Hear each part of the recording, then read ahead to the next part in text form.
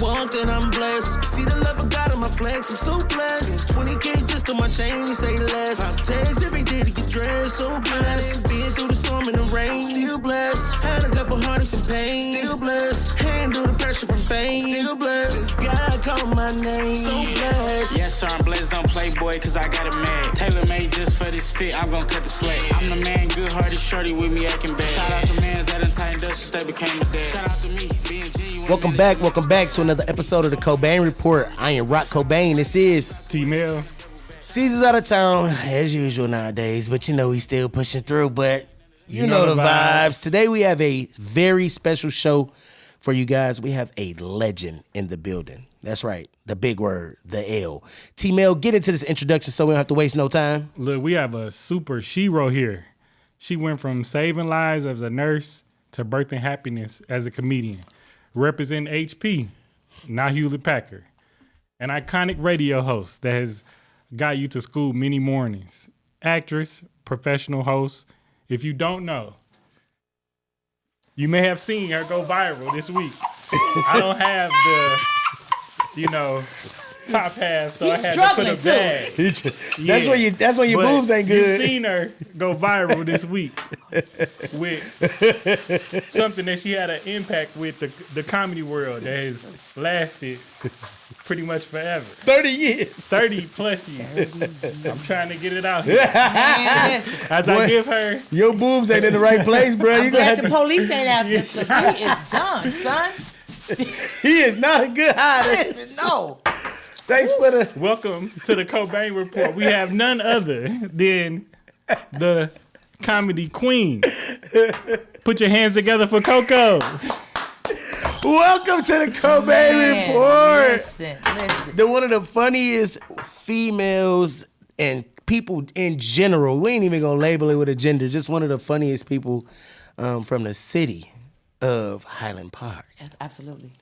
CoCo is in the building. HP. Talk to me, I represent all of CoCo. that. First of all, I thank you all for inviting me to be on the show. Oh my God. For the people that's watching, I know don't talk mess because y'all quick to talk mess. I'm having some dental work done, so it's a little hole like right here. Because as soon as y'all see somebody slipping, you just see CoCo too. She got a tooth. You know she getting high. Everybody getting high. But I am going to take this little gift y'all blessed me with. You know what I'm saying? Yes. And first thing they say, as soon as that tooth get going, he must be on them drugs, girl. I don't know what's going on. You know she doing them drugs. You see she done lost some weight. Oh, too. my She God. getting high. Because that's how, I don't want to say this, but that's how a lot of people identify you. Yeah. With hardships and struggles and things you're going through. I think that's why I'm excited and thankful for the gift that God has given me, the gift of laughter. Yes. Because I'm able to take 99% of uncomfortable situations and transfer them and make them comfortable or funny, depending on what the situation is. So you just got to know your gift, and I'm in my gift. No, I'm you in my definitely gift. are. Blessing. I am in my gift. I ain't complaining. I'm in my gift, and I'm loving it. Over how many decades of being a comedian at this point? Professionally, Yes. I've been a comedian, I feel like, all my life. Mm-hmm. Professionally, I've been a stand-up comedian 33 years. I started in April of 1991. Man, talk to me about that. Talk to me about the road to where you are now. Okay, so the legend. Real life. I was a nurse. Well, went to college, got on academic probation because I didn't want to follow the rules on campus, and that's a whole nother story. I went to Marygrove. Got accepted at Marygrove and Michigan State, and my mother told me she didn't think I was mature enough to go away to college. So I said, I'm going to fix you.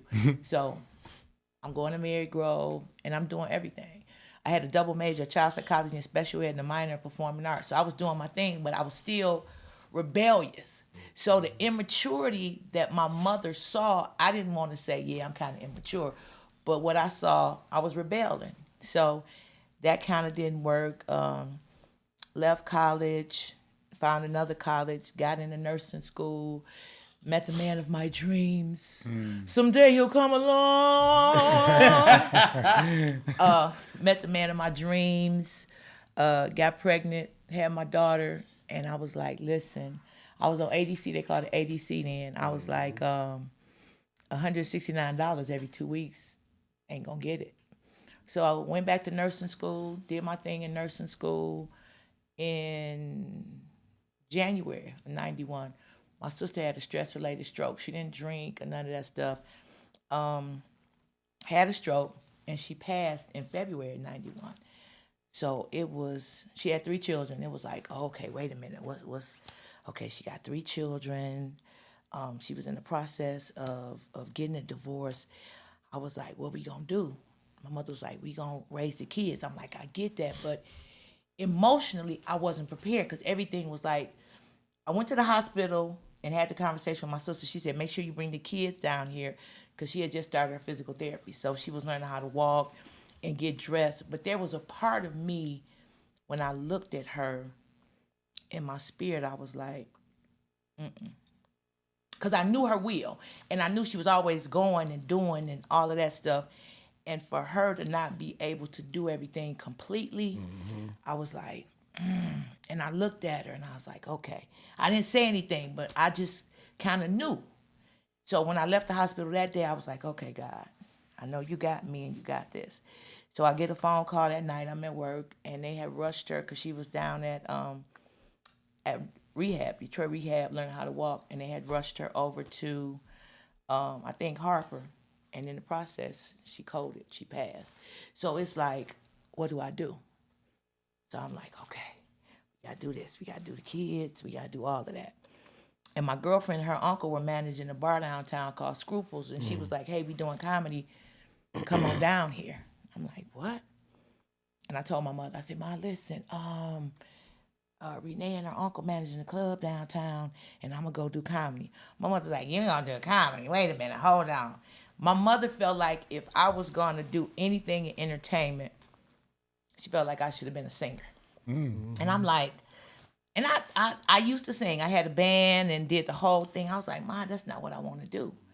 So went down there. I had a boyfriend at that time. We went down, and I talked about some stuff, and I had told one of my buddies, this is what I want to do. And I talked, and I got just enough laughs to get addicted.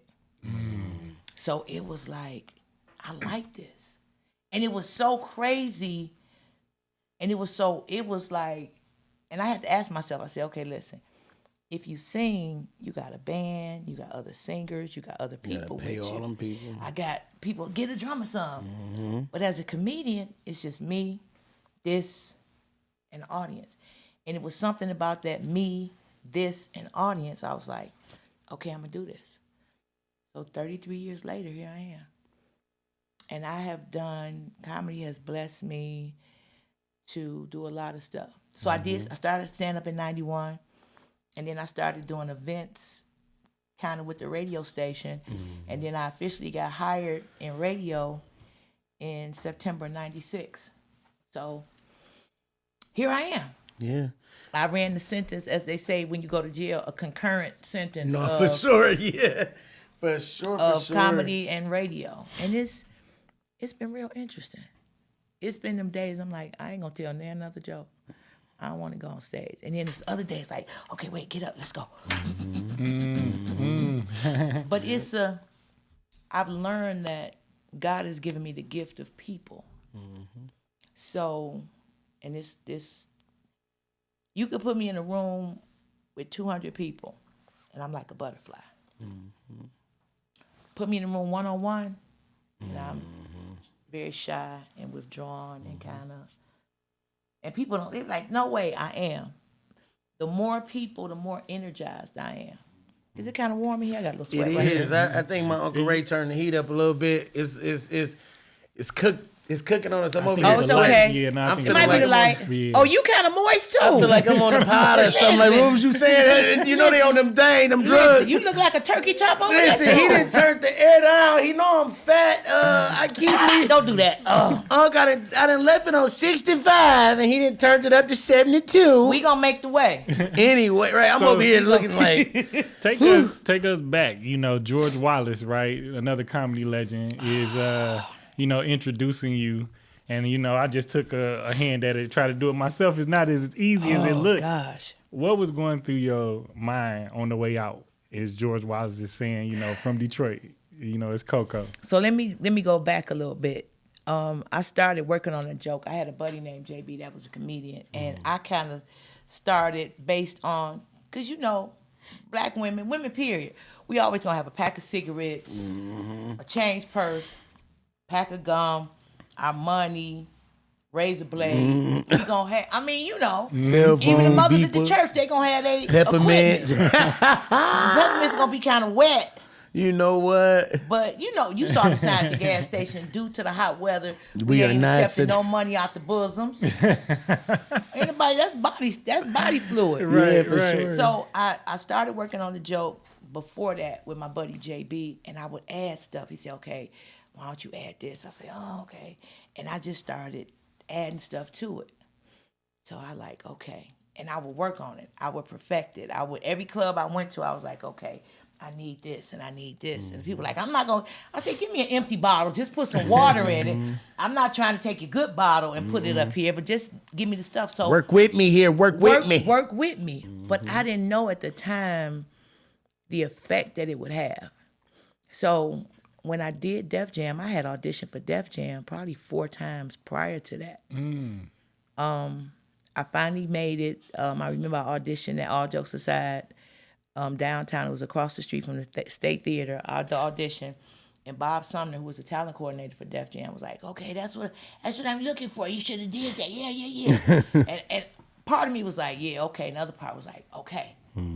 So, for Def Jam, because I did it on Comic View too, but we come back to that. So on Def Jam, you had to write out your whole set. You had to write, and that, listen, I love Def Jam. Def Jam, Comic View at that time didn't pay you they paid you $150 to do Comic View. They making so much more money off that. Jesus Christ. Comic View paid you $150, but you had to put yourself up and fly yourself out. And $150. And comedians started talking about it, and then they went from paying you $150 to putting you up in a hotel and flying you out and giving you $1,000. So Def Jam, when everybody wanted to do Def Jam, because the turnover was like, you get real money, they put you up in a nice hotel, all of that. So when I made the audition, Def Jam was opening up an office on the West Coast. So all the comedians that made it, they had went from one host to several hosts. So they used Adele Given, Cedric the Entertainer, D.L. Hughley, George Wallace. So we get to L.A. and I'm chilling. I'm just checking everything out like, okay. So I finally get to, it's my day to tape, and I get there, and things were just happening, but not good. First they said your shirt was too light. They told you not to wear anything white, and my shirt was kind of cream. So the wardrobe person went, she said, "I'm going to go find you another shirt." And I'm like, "You going to find me a shirt?" She was like, "This is what I do. I'm looking at how big you're. I'm going to go get you another shirt." I said, "Okay." Listen, so I'm spazzing like, she came back. That's how I wound up with the blue shirt on. So, and they had the whole setup for the joke, and she was like, "Okay, we're gonna put this ice in the cooler here so it won't melt. And how do you put this?" I said, "It's an order," and I had wrote it all out. It's an order. It's an order that I had to put it in to get it out, to take it out. So the bottle went under here, and this went here, and that went there, and this went there, and in my head, I'm going over it in my head. So when George Wallace, we were getting our makeup done. We were in makeup. He was like, "You ready for this?" You know how I talk. I said, "Yeah, I'm ready." He said, "Okay." So when he said from Detroit, Michigan, everything just stopped. It was like I was in the Matrix. I said, "Oh, it's you." We really on. It's action. So, and I remember looking in the audience, because when I tell you everybody was in town from Def Jam, so it was everybody who was in the industry was there. Russell so Simmons. It was everybody. It was LL Cool J, Damn. TLC, Brian McKnight. The audience was full of everybody. I'm like, okay. Suge Knight, everybody was there. I'm like, okay. So I had figured it out. I'm gonna walk out. I got this. I'm doing. Pace yourself. Okay, you got this. So once I got out there, it was like everything stopped. I was moving in slow motion. So when I started doing the joke and I'm pulling the stuff out, when I got to the ice, and the audience erupted. The first time, they started beating on the stage. So I'm standing on the stage, but my feet shaking because they beating on the stage. And I'm like, whew. And that voice keep going. So I kept going. And when I pulled the bottle out, I'm looking at the guy with the crane with the camera, and he bouncing up and down because they couldn't believe it. And I'm like, okay. And then when I drank the drink and I said cheers, the audience really had to they had to settle back down because I had to wait to finish my jokes. And when I finished, I came on stage. Russell Simmons was back. It was like a family reunion. Everybody was backstage. They was like, oh my God, do you know what you just did? I said, I don't know. Because I had to process it because it was just so much going on. So later on, I became that person. So when they aired it, it was like, you the girl put all the stuff out her titty. Oh my God. But people still walk up to me now because it has gone viral, and literally I was just sitting randomly adding some numbers up. It's been viewed over 1 billion times. But I didn't think about, I said, wow, 1 billion times. It's classic. So people walk up to me now, they looking. I said, what you want? Where you got that bottle at? I said, baby, they done got old. I gotta roll these boys up like a fruit roll up. Back then they had no volume on them. Now it's like shoelaces. You gotta spin what? I'm just saying. I could put that little thing in there. Put that little thing in there. Put the clip over there, and then go about my business. But it's still. I get a buzz when I even think about it because it was groundbreaking. It was challenging. I met some amazing people, and the rest of my weekend there, because I think I taped on a Sunday, and I was there a couple more days. Everywhere I went, they was like, your money ain't no good here. I said, I just want to get your money ain't no good here. Literally, when I would get to a restaurant, they was like, hey, did y'all just see her on Def Jam? Come on, everybody. I'm talking about everybody. I'm like, oh, okay, come on in. Your money ain't no good. What you eating? And I'm walking the streets of LA, and when I tell you, everybody was like, yo, that thing you just did. And I'm still riding the buzz because I hadn't processed it. I don't think I processed it till I got home and I actually watched it. When they said, okay, they send you your air date. It's going to air this particular day and at this particular time. And I think once it aired, I processed everything. Even now when I think about it, I'm like, okay, what happened? You did that. You Goat did talk. that. It was amazing. I met Terrence Howard with his little fine self. Hey, Terrence Howard. How did that make you feel this past week with Tyrese, blowing it up all over again, like adding to the, billion views? Oh, okay. Tuesday night, I hosted the show. I get home, I get in the bed, and I threw my phone. And I said, why is my phone? What is going on? I said, no, I'm sleepy. I'm going to go to sleep. I wake up about 4:00 in the morning, and I'm looking, and I got about 100 DMs on my Instagram. Crazy. And I'm like, and I'm looking at DMs and text messages. I said, well, it ain't a holiday. What's going on? That's all right. And he was like, Tyrese looking for you. I'm like, what?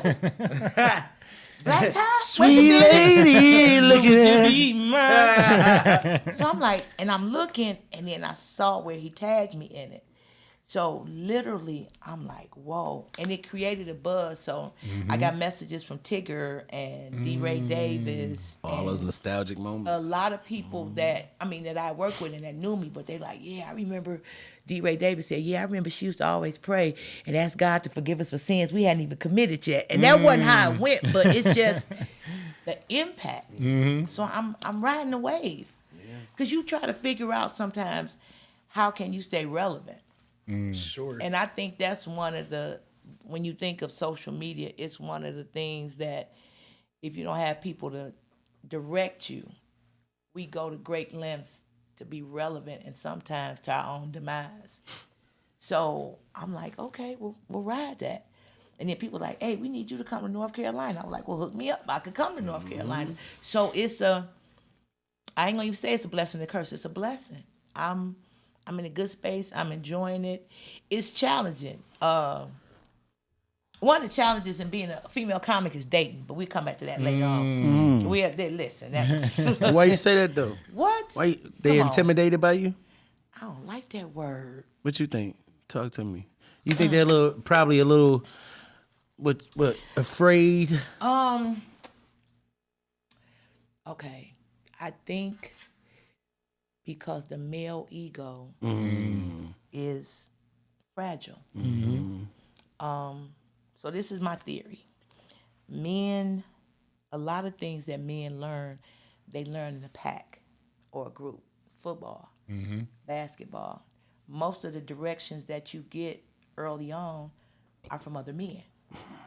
So when it comes to a certain point where you have to step out of that pack and interact with a woman that you find attractive or you want to say something to her, you look for some kind of reassurance from the fellas.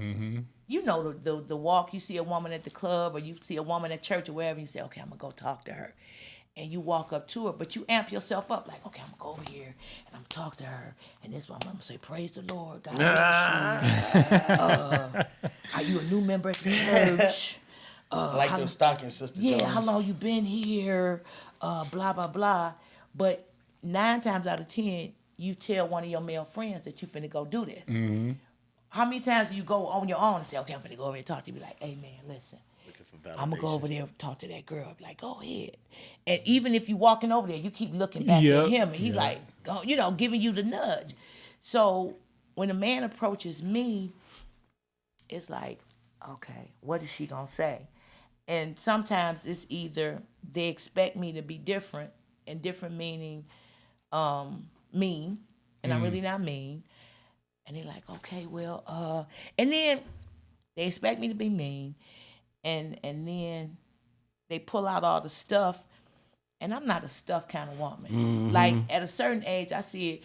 If you 50 and you approach me, I feel like it's certain things in your life that you have at some point should have accomplished. Yes. That you should have been somewhere other than Cedar Point, and just it's just certain things I feel like that you should have done in your life. But I don't. All that stuff, I got to this, sir. I don't care about none of that. I really don't.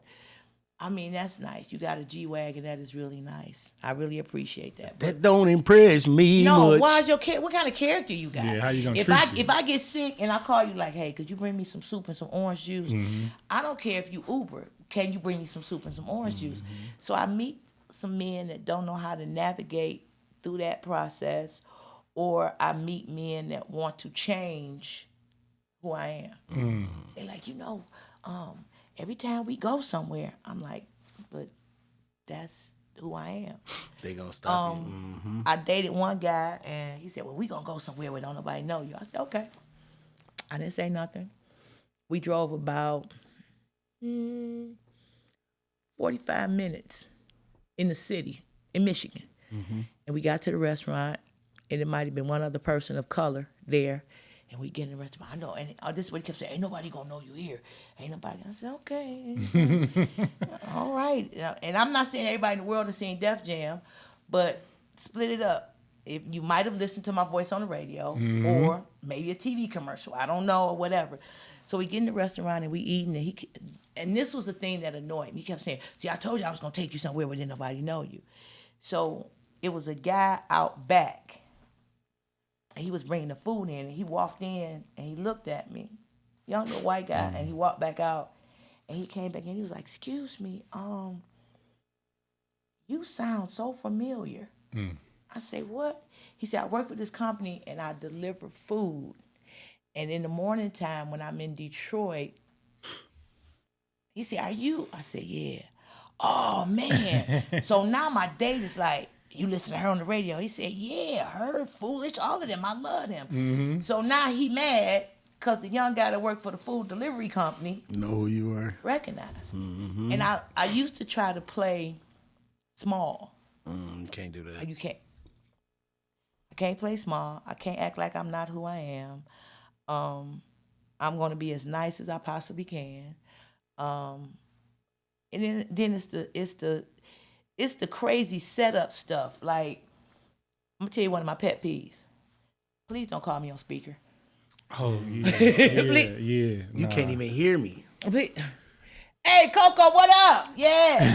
Who you in front of, first of all? Okay. Who you trying to show it? Yeah. Nephew, Who you trying to prove something to? Oh, sir, nephew.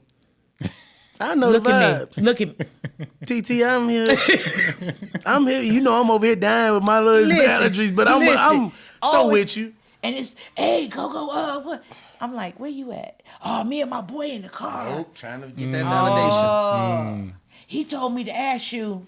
I'm like, I'm gonna have to call you back. Yeah. I'm gonna call you back. Validation. So it's that, or it's the I went to the movies one day with a guy, and I'm like, okay, we had known each other for a minute. I'm like, well, I'll meet you at the movie. No, I'll come pick you up. I'm like, okay.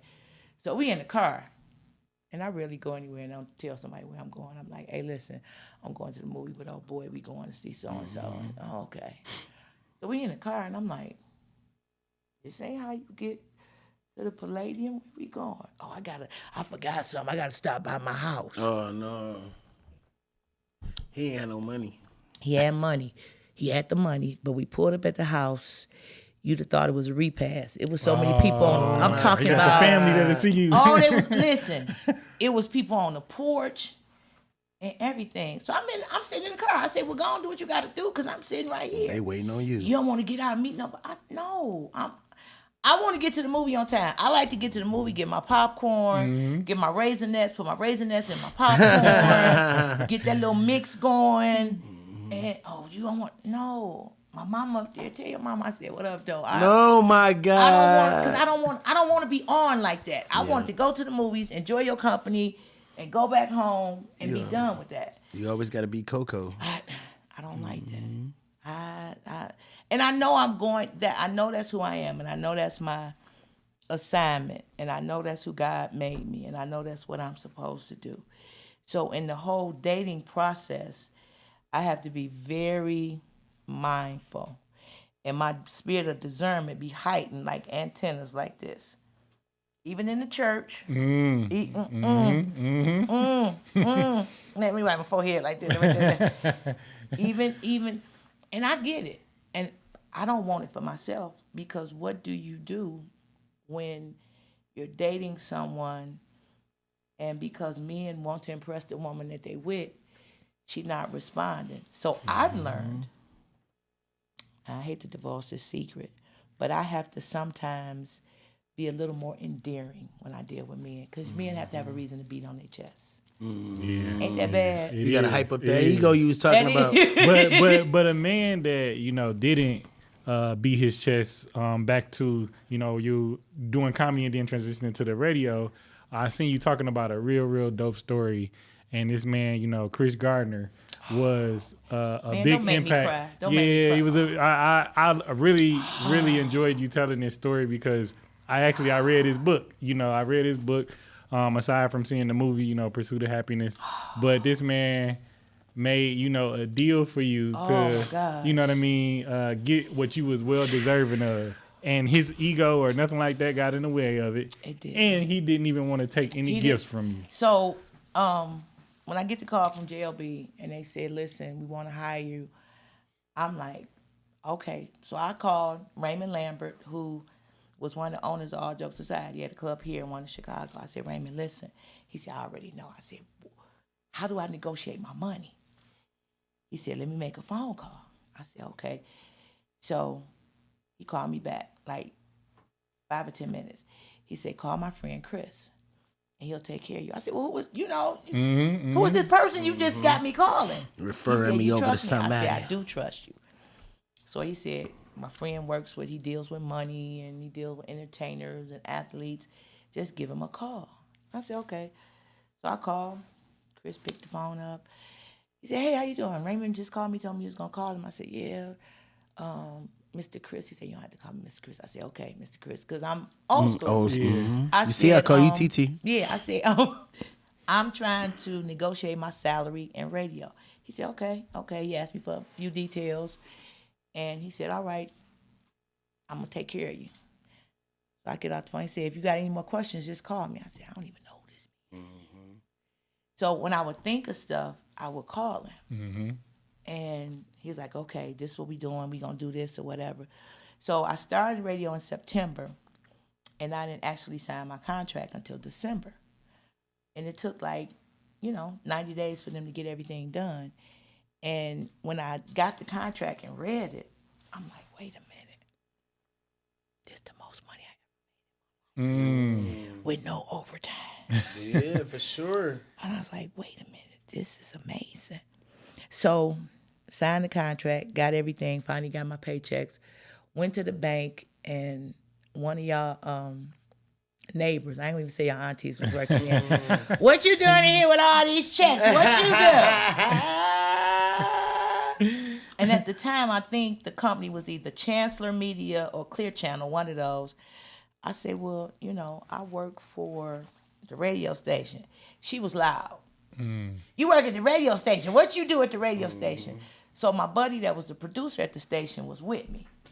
I said, I'm trying to be cool. Otis, the security guard, he didn't walk up to see what's going on. Got to make sure that boy. He walking like this, pants way up here.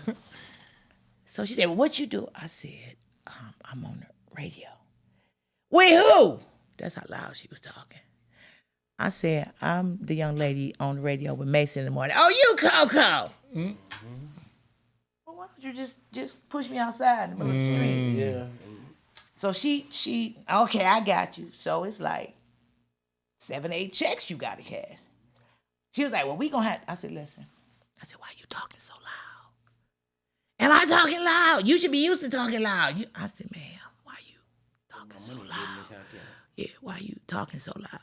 So the process that I'm sure could have been expedited, she done made it a 30-minute process. So she got this and she doing all that. So she didn't cash the checks and she says, do you want to open an account here? No, why not? I said, if you a manager and you talking this loud, no. I can imagine what the staff. Yeah, I said, somebody be to bust me in my head. She said, was that loud? And one of the other people, one of the bank tellers was looking like, you always loud. I said, no. She said, what's that loud for you? I said, ma'am, you were extremely loud. I said, even when I leaned in and tried to get you to kind of quiet it down, you got louder. So I done took my envelopes and rolled them up. I done tucked them like boom, boom, right, boom. We tucking. Right. So we walk back around the corner, and I called Chris. I said, hey, I want to tell you thank you and everything. How much do I owe you? He said, you don't owe me nothing. I said, no. You brokered this deal. I said, you did this. He said, you don't owe me nothing. I said, sir, listen, I may not be totally familiar with all the legalities that went on. I say, but I know with what you did, it comes at a cost. He said, no, not for you. He said, you my friend Raymond's friend. I said, no. He said, you my friend Raymond's friend. I said, okay. So I sent him flowers and I sent him plants and thank you cards and everything. So years later, that's 96. Years later, like 2005 or 6. When did the movie come out? Oh, that movie came out. It was mid 2000s. Like I want to say like 2012, something like that. Okay, yeah, so 2013. the movie had came out and everybody was familiar with who he was. So Raymond was doing a screening for the movie, and not for his movie, The Funny Business of Funny. So when Chris Gardner popped up, he said, yeah, when Raymond Lambert reached out to me and said that he was finna open a comedy club, I said, da-da-da-da-da. And I just busted out crying. So my friends looking at me like, what is wrong with you? I said, that's the man that took care of myself for my contract. They said, what? He did everything for me. You know how you cry, and you crying so hard you can't even get the words out? And I was just sitting there, and I was froze. So after Raymond said, we're going to do a Q&A, I walked down the steps at the Charles H. Wright real hard.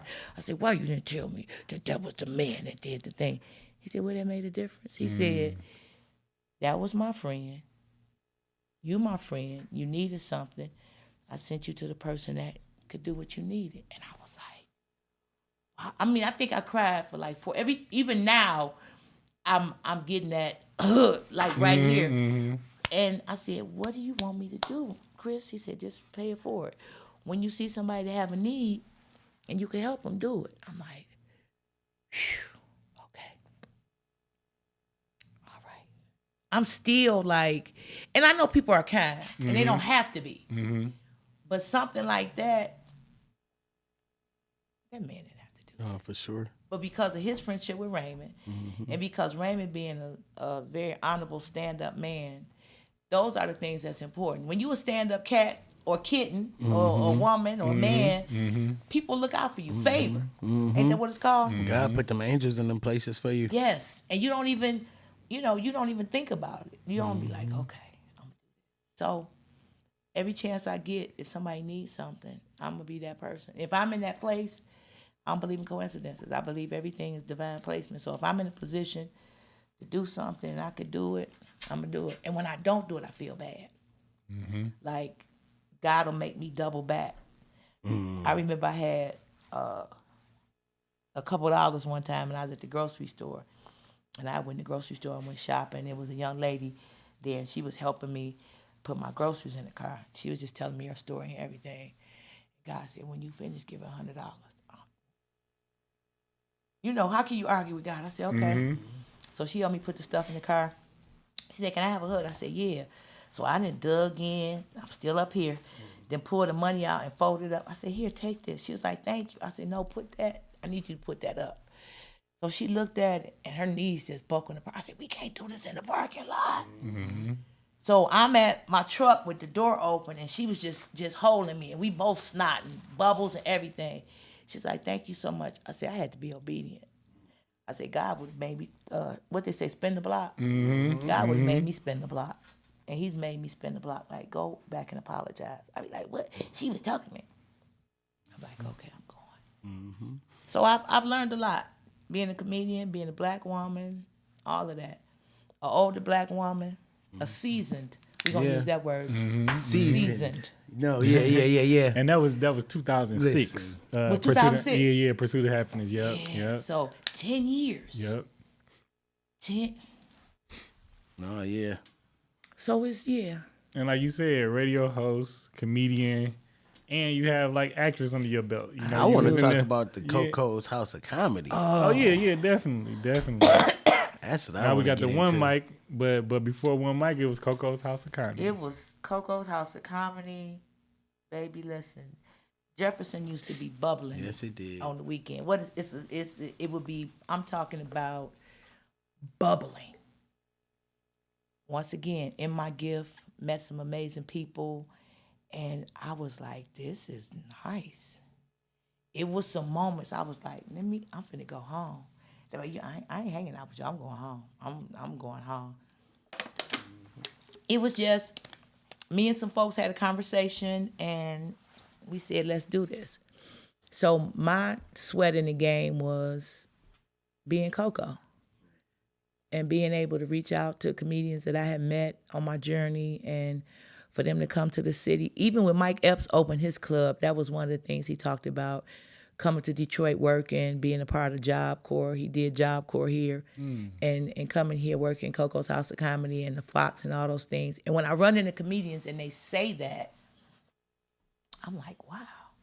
Because sometimes you have to be reminded, because sometimes you be in a little funk, and you have to be reminded of the effect that you've had on people and how you've made. It's always important for me to make people feel better. If I leave you, I want you to feel better than when I came into your life. So if I walk into a room, I want to speak, and you can't directly touch everybody, but I like to make people feel better when I leave than when I was coming in. So I think about that. And sometimes I get emotional in a good way. And sometimes I'm like, thank you, God, because you have afforded me the opportunity to do some stuff for some folks. And when my daughter was away at college, and do some stuff for my grandson. And now I'm a great-grandmother. So that, and, before my mother passed, she had some health issues. So to take care of that. So it's funny, my mother, like most black parents, you don't want your child to be a comedian. Mm-hmm. Because you tell your child not to talk about nothing that goes on in the home. So now you finna tell me that you finna go on the stage in front of all these people and talk about the stuff that goes on in the house. So my mother was like, so let me get this right. When I said, Ma, I want to be a comedian. And if you help me with my daughter, we gon', if I come home and get her ready, help her with her homework and do this. She said, so you really gonna be a comedian? I said, yeah. So you gonna get your ass on stage and tell jokes in front of all these people and talk about all this stuff. I said, Mom, I'm not gonna talk about you, but I'm gonna talk about, you. And she always, everything will always come back. You don't want to sing, Mom. I don't want to do that. She had that Whitney Houston mama vibe. I said, I don't want to do. Okay. So my mother never, other than watching me on TV, my mother never came to any of my shows. Seriously? Never. As you talk to more comedians. Because I've taught you not to talk about people. And I'm from the generation of what happens in this house, stay in this house. So for you to take the fact that I whooped you with a Hot Wheel track and go on stage and tell people that, or for you to take the fact that when I clean up the house, this is the music that I play, or this is what's going on, or how I hold my cigarette cocked in my mouth, and you finna go and tell all these, as old folks say, you finna tell these good white folks our business. A lot of black parents now, the younger comics, they come out, but because that ain't what you do. You could be an athlete, you could play baseball, basketball, football, you can do anything, you could be a doctor, but a comedian? Sinbad is probably one of the comedians that I know who parents consistently came to see him perform. Yeah. But he was clean. And even though he would talk about his parents, because his father was a minister, it still didn't have an impact of nothing negative. So people would come to my shows and they go back and tell my mother, because when I first started, I was still working as a nurse. I didn't completely retire from nursing until I started in radio. And I had kind of stopped nursing then, so let me back up. I had kind of stopped. But Mason was like, so what you gonna do? I said, Mason, when I leave the show, he said, you could retire from nursing. So I finally said, okay, I'm gonna walk away. And I finally let my nursing license expire in 2000. Oh, you kept that thing for a few years, though, just in case? I kept it in case somebody fell out. Somebody fell out somewhere. Somebody fell out. But it's been interesting.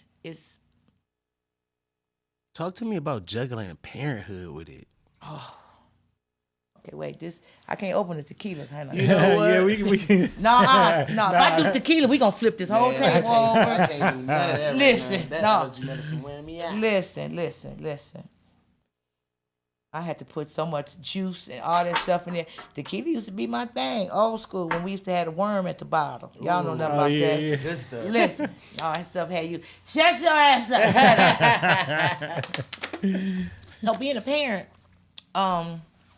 while being famous and handling all the stuff that you was handling. I had to keep that part of my life separate as much as possible.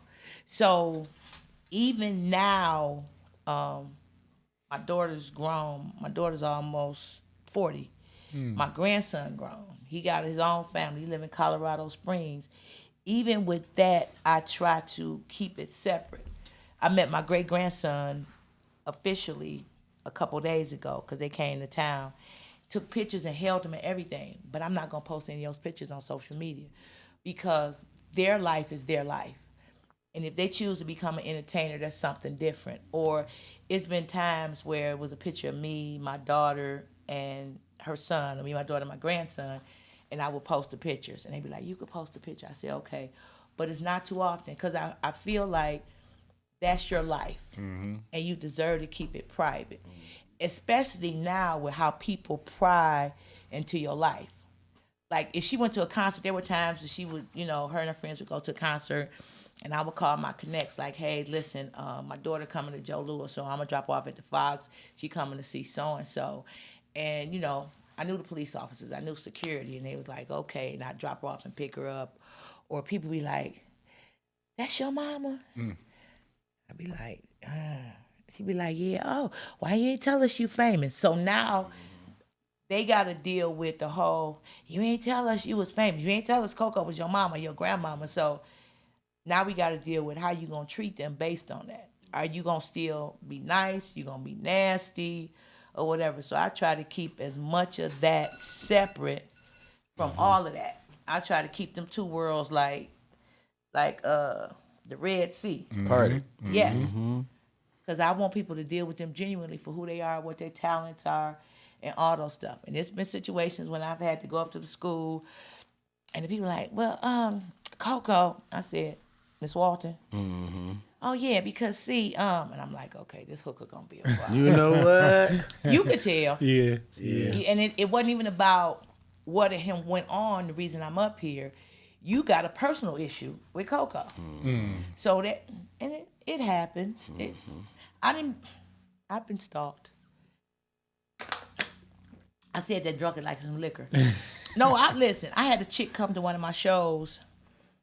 I was friends with her fiance from the hood. We had been friends since we was kids. And she came to one of my shows, her and her girls. And this, let me say this is my disclaimer. What camera am I looking at, Ray? Which one's gonna be me? Okay, listen, y'all looking at me? Let me tell you something. This is just life and spidey senses. Don't walk up on nobody. You want to walk up on people and have a conversation? Know who you walking up on, because as sane as people act, it's a switch. And when you walk up on a woman or man, confronting them about something, please understand, the calmer they are, the more likely they are to do some damage. So, with that being said, my friend had a young lady he was engaged to, and he and I had took a picture. I used to throw parties and stuff too. So, he was a DJ. I used to promote parties. We had did a party, took some pictures, and she saw the picture. Now, I don't know what voice in her head said, hey, go to her show. So her and her friends came to my show. And I'm standing in the lobby. I'm at the club. I'm standing in the lobby, and she walked up to me. She said, yeah, you friends with so-and-so. I'm like, yeah, that's my boy. We grew up together. She said, well, I just want to let you know, that's my fiance. I was like, oh, okay. And her friend standing there, and in my head, I'm like, what did she tell you to talk y'all into coming up here and getting y'all ass whooped? Because it got to be a conversation. Because I'm thinking, because I'm always in that kind of mode, I'm finna tear y'all ass up. I'm taking two of y'all out real quick. Just two real quick before security get over here. So she did, yeah, because see, I saw the picture y'all too. She going through a whole thing. I'm like, listen, baby, we just friends. Like, we've been friends for a long time. We grew up together. I don't want your man and everything. So her girls were standing there, and I'm like, so she really got y'all to come to the show to confront me about her man. They was like, yeah. So, okay. So they sat right in front of the stage. I usually don't talk about people. I baked their ass all night. And this is what I said. I told my audience, I was hosting an amateur night, all jokes aside. I say, so I want to let my regulars, because I had regulars that would come. I said, I want to let y'all, my regulars, know, my family, that there's some young ladies here. And one of the young ladies confronted me because she said she think I got something going on with her man, and she got her girls to come down here. So I don't know if they came down here to jump me. I don't know what they came down here for. So I want to let y'all know that there's some young ladies here. So everybody look around like, CoCo, where they at? Where they at? So they sitting at the table, and they don't, because they can't move. They just sitting there like, okay, what's she gonna say? Is she gonna, if we get up and move, what's gonna happen? They was like, where they at? I said, nah, we don't, we gonna be cool. We gonna be civilized. We ain't gonna do nothing. So I introduced some people, and the acts would go up, and I come back. I would say, did I tell y'all that these 4 women came to this show? So when the show was over, they ran. Her man called me next day. My fiance told me she came to the show. I said, did she? He was laughing. He said, you went off. I said, I went all the way off. I said, but I never told nobody who she was. I said, but she's crazy. He said, I kept telling her me and you was just friends. I said, well, I don't know. So years later, I run into her again in a much more professional setting. And she was like, you know who I am? I said, yeah, you that crazy heifer that came to my show with your girls. She said, why you mention that? Because you didn't have to say, do I know who you are? Because that's the only thing I remember you from, being a crazy heifer that showed up at my show. So people crazy. Yeah, I've been stalked. I done did all of that. I done did all that. You had a great, long, good career with I have, everything. and it's getting better. Mm-hmm. I done did some Tubi movies. Yeah, that's what Yeah. I was saying with the acting. You know, with Red Flag. Shout out, KDZ. How was that experience? Oh my gosh! Listen, it was wonderful. It was being on the set was interesting because for like 3 days I had shows to do. So when I would leave the show, call time was from 7 p.m. to 7 a.m. So I had to finish the show, so I wouldn't get there to like 9. But from 9 p.m. to 7 a.m., we at it. We on the set, just going. And I'm the oldest person on the set, so when we get a break, everybody's sleeping, tired. I'm like, no, wake up, get up. And they was like, oh, you sleepy. I'm like, It was good. Talented people. Mm-hmm. It's some amazing talent from the city of Detroit. Some amazing young folks that's doing some stuff, and I like it.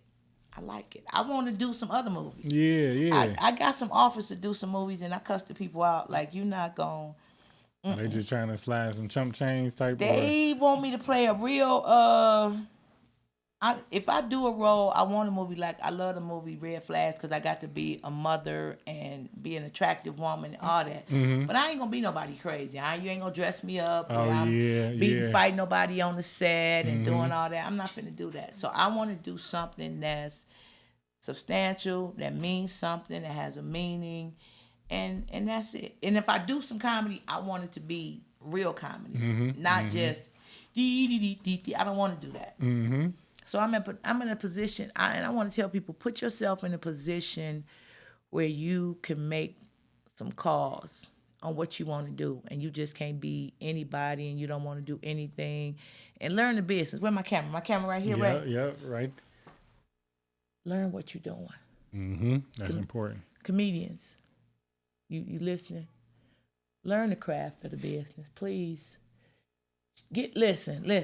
Comedians, talent, anybody, professional.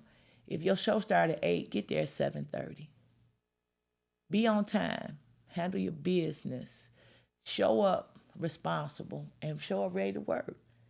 Show up ready to work. If you're trying to do an open mic or whatever you're trying to do, show up. Ain't nobody, listen, baby, ain't nobody hating on you. Mm-hmm. Listen, 33 years in the game, I'm not hating on you. You mad with the wrong person. You can't just show up and just think you're going to do what you want to do and get paid how you think you want to get paid. That's not realistic. With any job, it's entry level. Mm-hmm. You come in and you work and you get you some sweat equity and you do your thing and you go through the process. You're not going to just show up and get paid what somebody else that's a veteran on the show going to get paid. Learn what you're doing. Learn the signals. Learn to read the room. Read the room. Mm-hmm. If you got people in the room 88 years old and you saying something crazy and they just looking at you, be able to shift your gears for your material. Okay, that's it. I'm done. And before we close out, I seen you talking about something that I thought was real interesting as far as, the energy that you receive while you're on the stage and how, draining that can be. Can you tell me, is it a difference with receiving that energy through, people's, vocal cords during the radio versus, receiving that energy in front of a crowd during the comedy show? Radio happens, it moves so quick. Mm-hmm. So what may seem like a 4-hour show to people listening, everything is synchronized and it's in place. The commercials happen here, this conversation happened here, these your guests, this what's going on. And in between that, you can kind of breathe. And if you get guests that come in the studio, you kind of, can ebb and flow with them.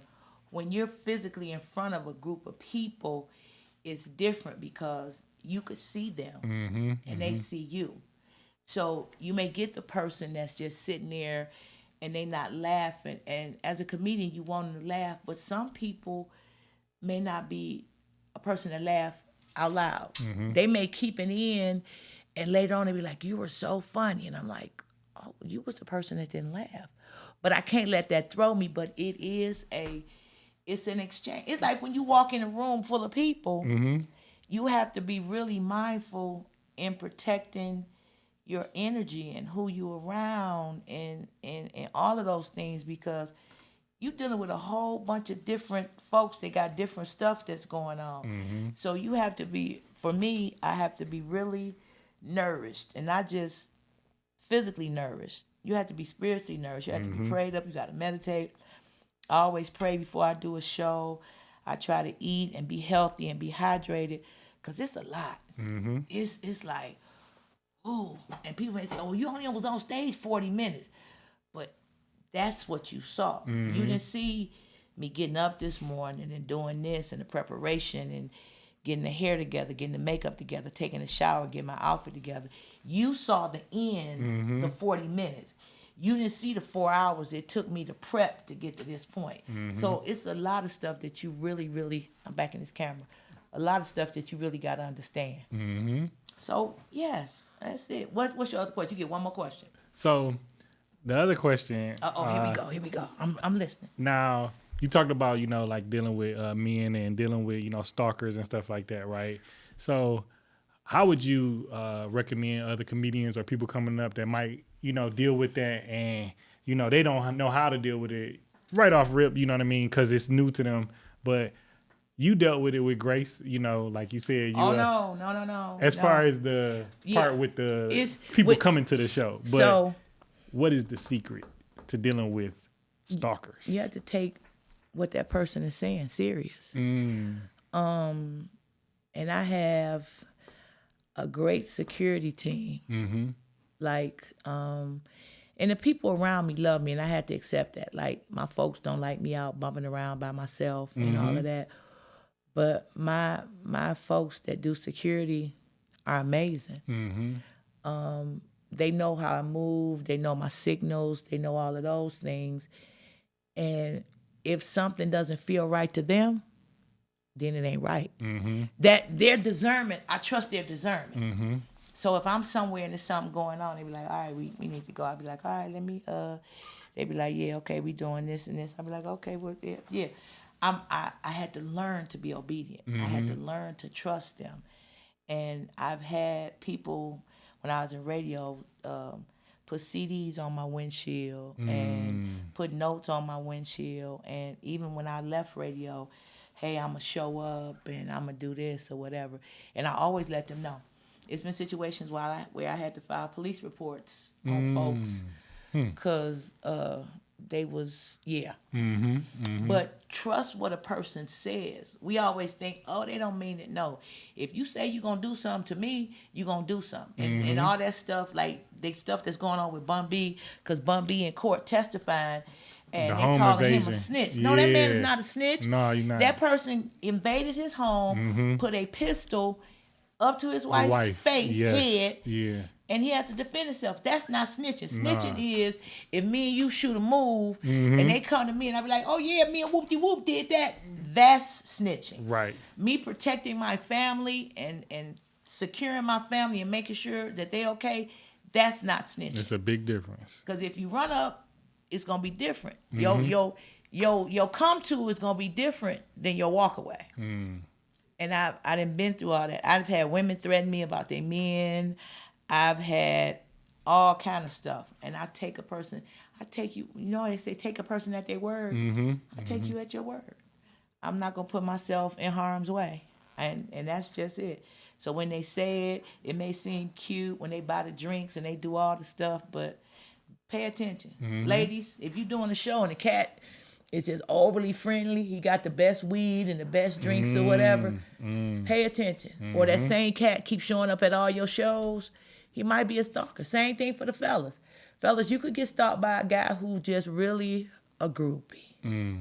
So yes, I've enjoyed myself. Listen, we enjoy having you. It's so grateful to have a legend like yourself coming, grace the Cobain Report. I like that. At this time, we usually have you give your last round, let people know where they can find you, what you have going on, and okay.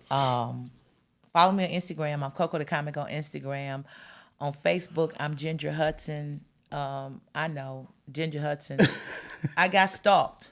Go back to the stalking. I wound up with the name Ginger Hudson because a young lady saw me taking some pictures with her man.